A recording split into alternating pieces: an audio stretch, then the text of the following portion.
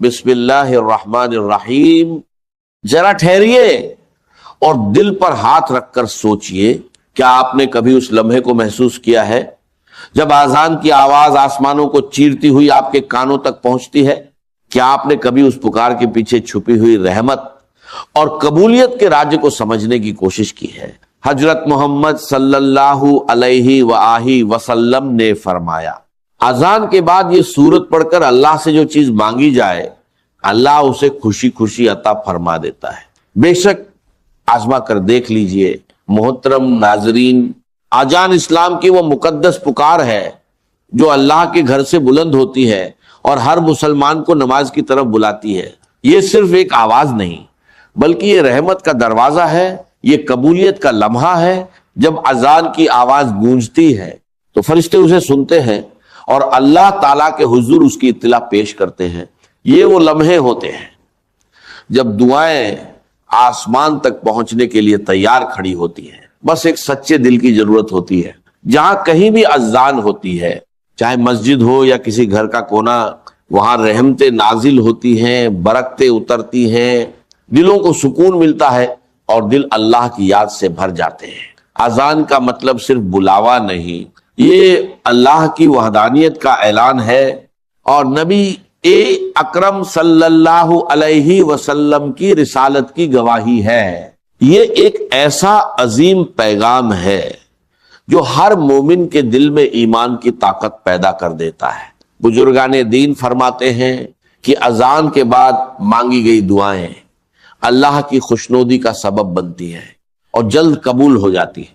اذان کی برکت سے گناہ معاف ہوتے ہیں، رزق میں کشادگی آتی ہے اور زندگی میں ایسی برکت آتی ہے جس کا انسان تصور بھی نہیں کر سکتا۔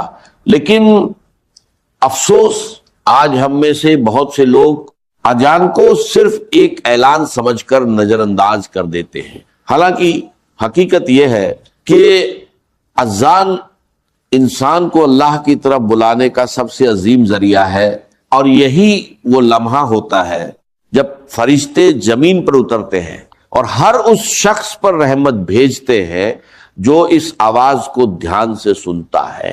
ناظرین، ایک روحانی حقیقت سنیے۔ جو شخص اذان کو مکمل توجہ کے ساتھ سنتا ہے اور پھر اس خاص صورت کا عمل کرتا ہے جس کا ذکر آج ہم کر رہے ہیں، تو اللہ تعالیٰ اسے ہر وہ چیز عطا فرما دیتا ہے جس کی وہ تمنا کرتا ہے۔ اس کے رزق میں برکت ہوتی ہے، اس کے نصیب میں دولت لکھ دی جاتی ہے، اس کی پریشانیاں دور ہو جاتی ہیں اور اسے روحانی بلندی عطا ہوتی ہے۔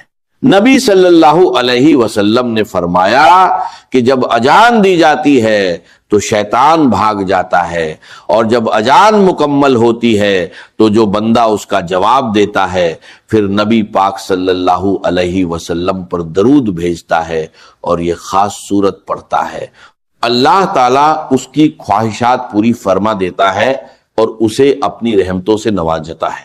ناظرین، اذان کو صرف ایک آواز مت سمجھیے، اسے اپنی روح کی تازگی اور اللہ کے قرب کا ذریعہ بنا لیجئے، کیونکہ اذان ہی وہ پہلا قدم ہے جو ایک مومن کو اللہ کے حضور تک لے جاتا ہے۔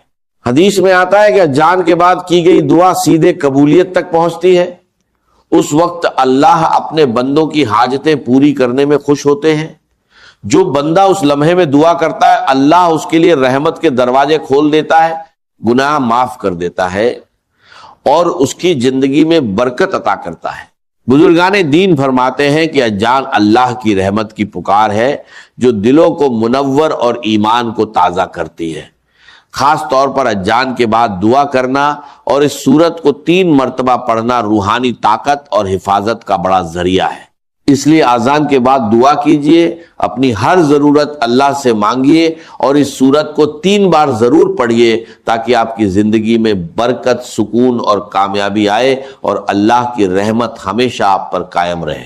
تو ناظرین، محترم، اس سورت کے بارے میں مکمل جاننے کے لیے گزارش ہے کہ اس ویڈیو کو آخر تک ضرور دیکھیے گا تاکہ آپ اس عمل کو کر کے اللہ تعالیٰ کو راضی کر سکیں اور اللہ تعالیٰ خوش ہو کر آپ کو ہر وہ چیز عطا فرمائے جس کی آپ خواہش کرتے ہیں۔ اب اذان کی فضیلت کو سمجھنے سے پہلے یہ جاننا بھی بے حد ضروری ہے کہ اذان کب اور کیسے شروع ہوئی۔ تاریخ اسلام ہمیں بتاتی ہے کہ جب نبی کریم صلی اللہ علیہ وسلم نے مدینہ منورہ میں مسجد نبوی تعمیر فرمائی تو اس وقت نماز کے وقت کے اعلان کے لیے کوئی مخصوص طریقہ موجود نہیں تھا۔ کچھ صحابہ ایک کرام نے مشورہ دیا کہ نکوس بجایا جائے، جیسے عیسائی کرتے ہیں، کچھ نے کہا آگ جلائی جائے، لیکن نبی پاک صلی اللہ علیہ وسلم نے ان مشوروں کو پسند نہیں فرمایا۔ پھر حضرت عبداللہ بن زید رضی اللہ تعالی عنہ کو خواب میں اذان کے الفاظ سکھائے گئے، اور اسی طرح کا خواب حضرت عمر بن خطاب رضی اللہ تعالی عنہ کو بھی آیا۔ نبی صلی اللہ علیہ وسلم نے ان خوابوں کی تصدیق فرمائی اور حضرت بلال حبشی رضی اللہ تعالی عنہ کو حکم دیا کہ وہ اذان دیں۔ چنانچہ حضرت بلال رضی اللہ تعالی عنہ نے پہلی اذان دی، اور وہ اذان ایسی تھی کہ آسمان کے فرشتے بھی جھک کر اسے سنتے تھے۔ ناظرین، اذان کے الفاظ صرف آواز نہیں ہوتے، یہ الفاظ اللہ کی بڑائی کا اعلان ہوتے۔ جب مؤذن کہتا ہے اللہ اکبر تو اس کا مطلب ہوتا ہے اللہ سب سے بڑا ہے، اور اس لمحے بندہ اپنے دل میں بھی دہراتا ہے کہ واقعی میرے مسائل، میری پریشانیاں، میری فکریں، سب کچھ چھوٹا ہے، اللہ سب سے بڑا ہے۔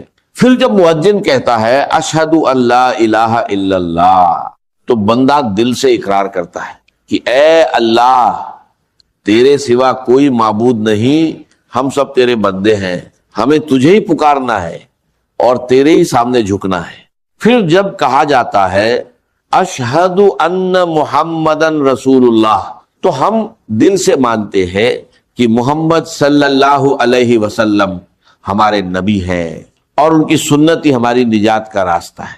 اور جب مؤذن کہتا ہے حی علی الصلاۃ تو گویا اللہ ہمیں نماز اور کامیابی کی طرف بلا رہا ہوتا ہے۔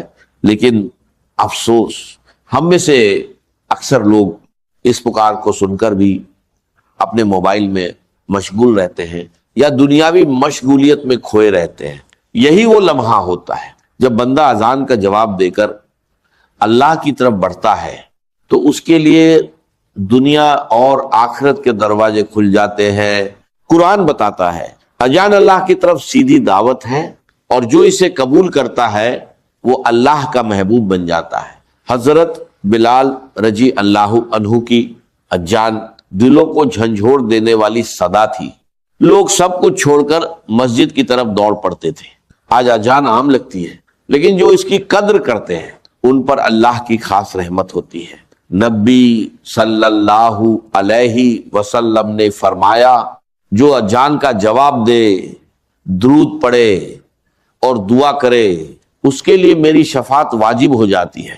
اگر ہم چاہتے ہیں کہ دعائیں قبول ہوں، رزق میں برکت ہو اور دل کو سکون ملے، تو شروعات اذان کے احترام سے کرے، کیونکہ جو اللہ کے بلاوے پر لبیک کہتا ہے اللہ اس کی ہر پکار سنتا ہے۔ لیکن افسوس، آج ہمارے معاشرے میں اذان کا احترام کم ہوتا جا رہا ہے۔ جب مسجدوں سے اذان کی آواز آتی ہے تو اکثر ہم خاموش نہیں ہوتے،